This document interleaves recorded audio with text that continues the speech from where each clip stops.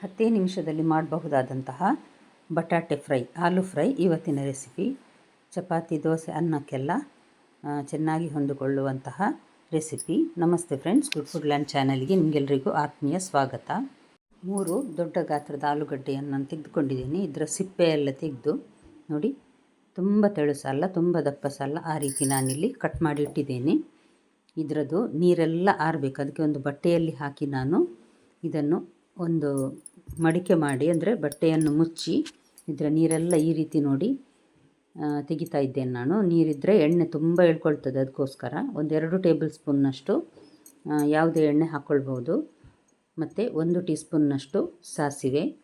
Fry ಅಂದರೆ ಸ್ವಲ್ಪ ಎಣ್ಣೆ ಜಾಸ್ತಿಯೇ, ಅಪರೂಪಕ್ಕೊಂದು ಸಲ ಮಾಡಿ ತಿನ್ನಬಹುದು ಈ ರೀತಿ. 1 ಟೀ ಸ್ಪೂನ್ನಷ್ಟು ಸಾಸಿವೆ, 1 ಟೀ ಸ್ಪೂನ್ನಷ್ಟು ಜೀರಿಗೆ, ಇದರಲ್ಲಿ 1/4 ಟೀ ಸ್ಪೂನ್ನಷ್ಟು ಓಂಕಾಳು ಹಾಕಿದ್ದೇನೆ ನಾನು. ಅಜ್ವಾಯಿನ್, ಒಂದು 10 ಸಿಪ್ಪೆ ತೆಗೆದ ಬೆಳ್ಳುಳ್ಳಿದು ಜಜ್ಜಿ ಹಾಕಿದ್ದೇನೆ ನಾನು, ಸಿಪ್ಪೆ ತೆಗೆದು. ಸ್ವಲ್ಪ ಹೊತ್ತು ಹುರಿದ್ರೆ ಸಾಕು. ಆಲೂಗಡ್ಡೆ ಹುರಿಯುವಾಗ ಸ್ವಲ್ಪ ಇನ್ನೂ ಸಹ ಫ್ರೈ ಆಗ್ತದೆ, ಅದಕ್ಕೋಸ್ಕರ. ಕರಿಬೇವು ಹಾಕಿದ್ದೇನೆ ನಾನು, ಪರಿಮಳ ಮತ್ತು ಟೇಸ್ಟ್ ಚೆನ್ನಾಗಿರ್ತದೆ, ಅದಕ್ಕೋಸ್ಕರ. ನೀವಿನ್ನೂ ನನ್ನ ಚಾನಲ್ ಗುಡ್ ಫುಡ್ ಲ್ಯಾಂಡನ್ನು ಸಬ್ಸ್ಕ್ರೈಬ್ ಮಾಡಿಲ್ಲ ಅಂದರೆ ದಯವಿಟ್ಟು ಸಬ್ಸ್ಕ್ರೈಬ್ ಮಾಡಿ. ಹಾಗೂ ನಿಮಗೆ ಇಷ್ಟ ಆದರೆ ಈ ರೆಸಿಪಿ ಲೈಕ್ ಬಟನನ್ನು ಪ್ರೆಸ್ ಮಾಡಿ ಮತ್ತು ಫ್ಯಾಮಿಲಿ ಫ್ರೆಂಡ್ಸ್ಗೆ ಶೇರ್ ಮಾಡೋದನ್ನು ಖಂಡಿತ ಮರಿಬೇಡಿ. ಬಟಾಟೆ ಹೋಳಿದ್ದು ನೀರೆಲ್ಲವನ್ನು ನಾನು ಒರೆಸಿ ತೆಗೆದಿದ್ದೇನೆ. ಇದನ್ನೀಗ ನಾವು ಮೀಡಿಯಮ್ ಹೀಟಲ್ಲಿ ಫ್ರೈ ಮಾಡ್ತಾ ಇದ್ದೇನೆ. ನಂತರ ಸ್ವಲ್ಪ ಮೆಲ್ಲ ಲೋ ಫ್ಲೇಮಲ್ಲಿ ಸಹ ಇಡಬಹುದು.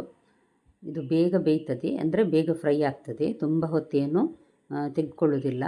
ಒಂದು 50% ಫ್ರೈ ಆದ ಕೂಡಲೇ ಅದಕ್ಕೆ ಕೆಲವು ಮಸಾಲೆ ಸಾಮಾನನ್ನು ಹಾಕಲಿಕ್ಕಿದೆ. ಇವಾಗ ಸ್ವಲ್ಪ ಒಂದು ಪೀಸ್ ತೆಗೆದು ನೋಡುವ ಬೆಂದಿದೆಯಾ ಅಂತ.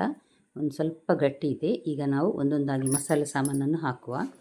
1 ಟೀ ಸ್ಪೂನ್ನಷ್ಟು ಧನಿಯಾ ಪುಡಿ, ಅಂದರೆ ಕೊತ್ತಂಬರಿ ಪುಡಿ, ಅರ್ಧ ಟೀ ಸ್ಪೂನ್ನಷ್ಟು ಜೀರಿಗೆ ಪುಡಿ, 1/4 ಟೀ ಸ್ಪೂನ್ ಅರಸಿನ ಪುಡಿ, ರೆಡ್ ಚಿಲ್ಲಿ ಪೌಡರ್ ಮತ್ತು ಕೆಂಪು ಮೆಣಸಿನ ಪುಡಿ, ಉಪ್ಪು, ಖಾರ ನಿಮಗೆ ನೋಡಿಕೊಂಡು ಹಾಕ್ಕೊಳ್ಬಹುದು. ನಾನು ಸಣ್ಣ ಚಮಚದಲ್ಲಿ 1 ಚಮಚ ಹಾಕಿದ್ದೇನೆ. ಇದನ್ನು ನಡುವೆ ಸ್ವಲ್ಪ ಎಣ್ಣೆ ಇರುವಲ್ಲಿ ಫ್ರೈ ಮಾಡಿ ನಂತರ ಮಿಕ್ಸ್ ಮಾಡಿದ್ರಾಯಿತು. ಈ ರೀತಿ ಇನ್ನು ಮಸಾಲೆಯೊಟ್ಟಿಗೆ ಇದನ್ನು ನಾವು ಸ್ವಲ್ಪ ಹೊತ್ತು ಇದೇ ರೀತಿ ಫ್ರೈ ಮಾಡಿ. ಮಸಾಲೆ ಹುರಿದ ಪರಿಮಳ ಚೆನ್ನಾಗಿ ಬರ್ತಾ ಉಂಟು. ಅದೇ ರೀತಿ ಬಟಾಟೆ ಸಹ ಚೆನ್ನಾಗಿ ಬೆಂದಿದೆ. ಈಗ ತುಂಬ ಅಂದರೆ ಪುಡಿ ಆಗುವಷ್ಟು ಬೇಯಿಸಬಾರ್ದು ಇದನ್ನು. ಸ್ವಲ್ಪ ಕೊತ್ತಂಬರಿ ಸೊಪ್ಪು ಕೊನೆಗೆ ನಾನು ಹಾಕಿದ್ದೇನೆ. ಡ್ರೈ ರೋಸ್ಟ್ ಮಾಡಿದ ಕಸೂರಿ ಮೇಥಿ ಇದ್ದರೆ ಹಾಕ್ಕೊಳ್ಬಹುದು, ನಾನು ಹಾಕಲಿಲ್ಲ. ಇದುವೇ ಒಳ್ಳೆ ಟೇಸ್ಟ್ ಬಂದಿದೆ ಇದಕ್ಕೆ. ನೋಡಿದ್ರಲ್ಲ ಫ್ರೆಂಡ್ಸ್, ಹೆಚ್ಚೇನು ಸಾಮಗ್ರಿ ಇಲ್ಲದೆ ಮನೆಯಲ್ಲೇ ಕ್ವಿಕ್ಕಾಗಿ ಮಾಡುವಂತಹ ರೆಸಿಪಿ. ನಾಳೆ ಇನ್ನೊಂದು ಹೊಸ ರೆಸಿಪಿಯೊಂದಿಗೆ ಮತ್ತೆ ಭೇಟಿಯಾಗ್ತೇನೆ. ನೋಡಿದೆಲ್ಲ ವೀಕ್ಷಕರಿಗೆ ಧನ್ಯವಾದ.